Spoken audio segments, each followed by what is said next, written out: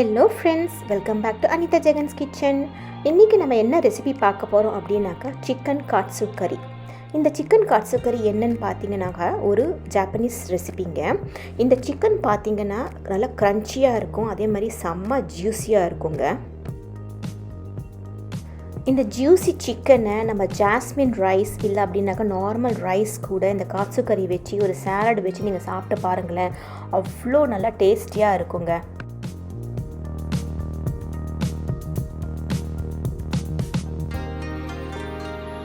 முதல்ல நம்ம இந்த காட்சு கறி எப்படி செய்யுதுன்னு பார்க்கலாம். இந்த காட்சு கறிக்கு ஒரு பேனில் ஆயில், அதுக்கப்புறமா நான் பட்டரும் சேர்த்துக்கிறேன். நல்ல ஒரு ஃப்ளேவர் கொடுக்கும். ஸோ ரெண்டுமே சேர்த்துட்டு அந்த பட்டர் கொஞ்சம் மெல்ட் ஆன பிறகு ஒரு பெரிய வெங்காயம் நல்லா ஃபைனாக சாப் பண்ணது நாங்கள் சேர்த்துக்கிறேன். ஆனியன் கொஞ்சம் நல்லா வதக்குங்க. இந்த ஆனியன் சீக்கிரமாக வதக்கிறதுக்காக நான் இங்கே கொஞ்சம் சால்ட் ஆட் பண்ணிக்கிறேன். உங்கள் டேஸ்ட்டுக்கு தகுந்த மாதிரி நீங்கள் சால்ட் ஆட் பண்ணிவிட்டு கொஞ்சம் வதக்கினீங்க அப்படின்னாக்கா சீக்கிரமாக வதங்கிடும். ஆனியன் கொஞ்சம் நல்லா வதங்கின பிறகு நான் இங்கே 1.5 டீஸ்பூன் போல் ஜிஞ்சர் கார்லிக் பேஸ்ட் நான் இங்கே சேர்த்துக்கிறேன்.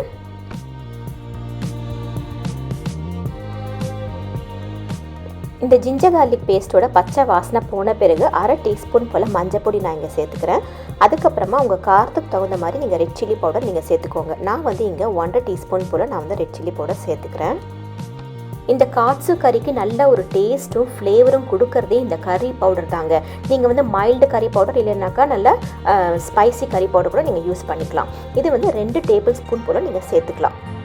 மசாலாஸ் எல்லாம் நீங்கள் ஆட் பண்ணும்போது ஃப்ளேம் லோவில் இருக்கட்டுங்க, இல்லைனாக்கா தீஞ்சி போயிடும். ஸோ இப்போ எல்லா மசாலாஸையும் நல்லா லோ ஃப்ளேமில் நல்லா மிக்ஸ் பண்ணிக்கோங்க. மிக்ஸ் பண்ணிட்ட பிறகு நான் இங்கே பிளெயின் ஃப்ளார் நான் இங்கே சேர்த்துக்கிறேன். எதுக்கு அப்படின்னாக்க அந்த கறி நல்லா கொஞ்சம் திக்னஸ் கொடுக்கறதுக்காக. ஸோ நீங்கள் எய்தர் பிளெயின் ஃப்ளார் சேர்த்துக்கலாம், அப்படி இல்லைனாக்கா மைதா கூட நீங்கள் சேர்த்துக்கலாம். 1 டீஸ்பூன் போல் சேர்த்துக்கோங்க. எல்லாமே நல்லா சாட்டே பண்ணி வச்சுக்கோங்க. அதுக்கப்புறமா நான் இங்கே ஒரு 3/4 லிட்டர் போல் வெஜிடபிள் ஸ்டாக் வாட்டர் நான் இங்கே சேர்த்துக்கிறேன். உங்களுக்கு எவ்வளோ கிரேவி வேணுமோ அது தகுந்த மாதிரி நீங்கள் வெஜிடபிள் ஸ்டாக் வாட்டர் சேர்த்துக்கோங்க. ஸோ இது சேர்த்துட்டு நல்லா கொஞ்சம் கொதி வரட்டும். நம்ம ஸ்டாக் வாட்டர் ஆட் பண்ணிட்ட பிறகு நம்ம மிக்ஸ் பண்ணிகிட்டே இருக்கணுங்க. ஏன்னாக்கா நம்ம பிளெயின் ஃப்ளார் ஆட் பண்ணியிருக்கிறதுனால கிரேவி கொஞ்சம் திக்காக ஆரம்பிக்கும். ஸோ அதனால் நம்ம மிக்ஸ் பண்ணிகிட்டே இருக்கணும், இல்லைனாக்கா அங்கங்கே லம்ஸ் மாதிரி ஃபார்ம் ஆக ஆரம்பிச்சிடும். இப்போ இந்த ஸ்டேஜ் ஒரு ஆப்ஷனல் ஸ்டேஜ் தாங்க. ஏன்னாக்கா உங்களுக்கு ரெஸ்டாரண்ட் ஸ்டைலில் நல்ல ஒரு ஸ்மூத் கறி வேணும் அப்படின்னாக்கா நீங்கள் ஹேண்ட் பிளெண்டர் வச்சு நீங்கள் இதை நல்லா பிளெண்ட் பண்ணிக்கலாம். என்ன ஆகும், அந்த பிளெயின் ஃப்ளார் ஆனியன்ஸ் எல்லாமே நல்லா பிளெண்ட் ஆகிட்டு ஸ்மூத்தாக இருக்கும் நம்ம இந்த கறி. இன்கேஸ் அது வேண்டாம் அப்படின்னாக்கா நீங்கள் அப்படியே கூட விட்டுடலாம். இல்லைனாக்கா உங்கள்கிட்ட ஹேண்ட் பிளெண்டர் இல்லைனாக்கா நீங்கள் மிக்சியில் கூட நீங்கள் அரைச்சிக்கலாம். கிரேவி கொஞ்சம் நல்லா பிளெண்ட் பண்ணிட்ட பிறகு நான் இங்கே ஒரு 1/2 கப்பு போல் கோகோனட் மில்க், நல்லா திக்கான தேங்காய் பால் தான் நான் இங்கே சேர்த்துருக்கேன். நான் இங்கே கேண்டு கோகோனட் மில்க் தான் நான் யூஸ் பண்ணியிருக்கேன். இதை நீங்கள் சேர்த்துட்டு இது கொஞ்சம் நல்லா கொதி வர விடுங்க. சிக்கன் சாப்பிடாதவங்க அப்படி இல்லைனாக்கா வெஜிடேரியன்ஸ்க்கு என்ன பண்ணலாம் அப்படின்னாக்கா இந்த காட்சு கறி நீங்கள் வேக வைக்கும் போதே வெஜிடபிள்ஸ் நீங்கள் ஆட் பண்ணிக்கலாம். கேரட் இல்லைனாக்கா பொட்டேட்டோ கூட நீங்கள் சேர்த்துட்டு நீங்கள் மிக்ஸ் பண்ணிவிட்டு அந்த ஜாஸ்மின் ரைஸோடு வச்சு சாப்பிட்டு பாருங்களேன், அவ்வளோ டேஸ்டியாக இருக்கும். இப்போ கிரேவி கொஞ்சம் திக்கான பிறகு நான் கொரியாண்டர் லீவ்ஸ், அதுக்கப்புறமா ஸ்ப்ரிங் ஆனியன்ஸோட அந்த க்ரீன் பார்ட் சேர்த்துக்கிறேன். அதுவும் கொஞ்சம் ஒரு 1 மினிட் போல் நீங்கள் கொதி வந்த பிறகு நம்ம இறக்கிட்டோம் அப்படின்னாக்கா நம்மளுடைய டேஸ்டியான காட்சு கறி ரெடி. இப்போ அடுத்தது அந்த க்ரன்ச்சி ஜூஸி சிக்கன் எப்படி செய்யுதுன்னு பார்க்கலாம். நான் இங்கே பவுலில் பிளெயின் ஃப்ளார் அப்படி இல்லைனாக்கா நீங்கள் மைதா எடுத்துக்கலாம். அதுக்கப்புறமா எக்கில் ஒரு பவுலில் ஒரு பிரெட் க்ரம்ஸ், அதுக்கப்புறமா சிக்கன். இப்போ என்ன பண்ணணும் அப்படின்னாக்கா இந்த எக்கு 2 எக்கு எடுத்திருக்கேன். ஸோ இதை நல்லா பீட் பண்ணிக்கோங்க.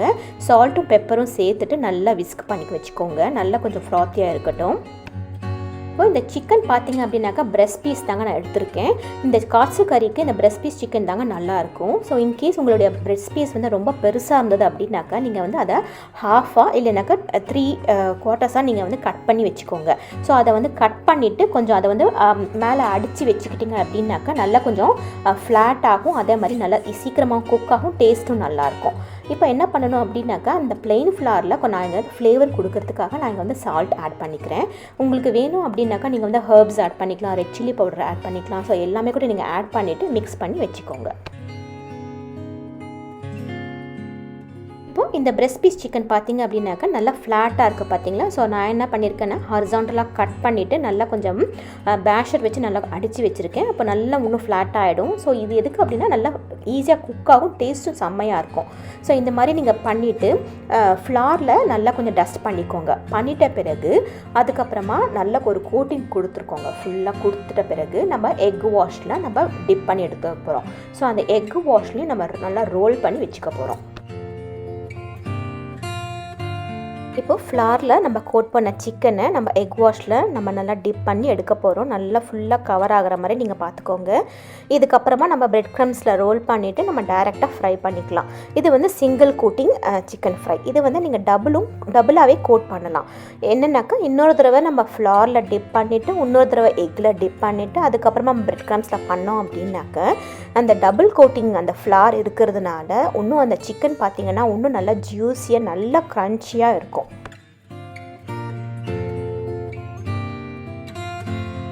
இந்த சிக்கனை வந்து டபுள் கோட்டிங் கொடுத்துட்ருக்கேன் நான். ஸோ ஃப்ளாரில் டிப் பண்ணிவிட்டு அதுக்கப்புறமா எக் வாஷில் இன்னொரு தடவை டிப் பண்ணிவிட்டு அதுக்கப்புறமா பிரெட் க்ரம்ஸில் டிப் பண்ணி நம்ம ஃப்ரை பண்ண போகிறோம்.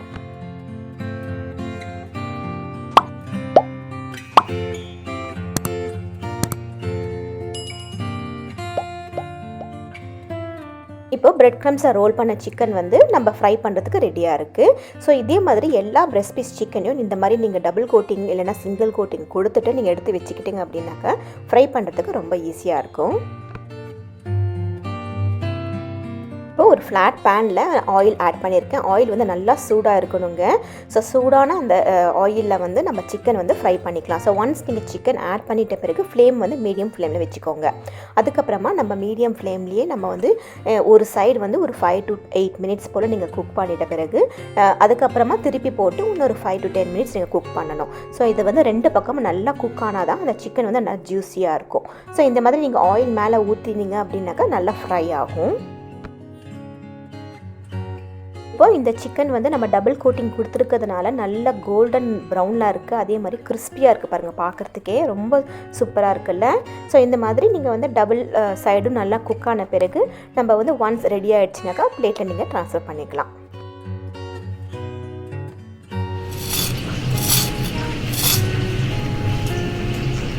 இப்போ இந்த சிக்கன் பார்த்திங்களா இவ்வளோ நல்லா கிறிஸ்பியாக க்ரன்ச்சியாக இருக்குது. பார்க்கவே கட் பண்ணும்போதே பார்த்திங்களா இவ்வளோ ஜூஸியாக இருக்குன்ட்டு.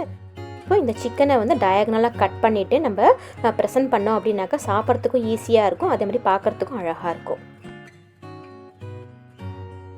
இப்போ இந்த சிக்கன் பாருங்களேன் எவ்வளோ நல்லா ஜூஸியாக இருக்குது பாருங்கள். அந்த டபுள் கோட்டிங் பார்த்திங்கன்னா நல்லாவே சூப்பராக தெரியுது பாருங்கள். அதே மாதிரி சிக்கன் பாருங்கள் நல்லா ஜூஸியாக இருக்குது, ரொம்ப டேஸ்டியாக இருக்குங்க. நீங்கள் இந்த மாதிரி ட்ரை பண்ணி பாருங்கள். அதே மாதிரி இந்த காட்சு கறி வச்சு அந்த ரைஸோட நம்ம சாப்பிடும்போது அவ்வளோ நல்லா டேஸ்டியாக இருக்கும். இப்போ நம்ம பிளேட் பண்ணிடலாம். ஸோ இந்த ஃப்ரைடு சிக்கனை நீங்கள் வந்து சாலடோட அதுக்கப்புறமா ஜாஸ்மின் ரைஸ் அப்படி இல்லைனாக்கா ஸ்டிக்கி ரைஸ் இல்லைனாக்கா நார்மல் சாதத்தோட அந்த காட்சு கறி வச்சு நீங்கள் சாப்பிட்டு பாருங்களேன், ரொம்பவே சூப்பராக இருக்கும். ட்ரை பண்ணி பாருங்கள் இந்த ரெசிபியை.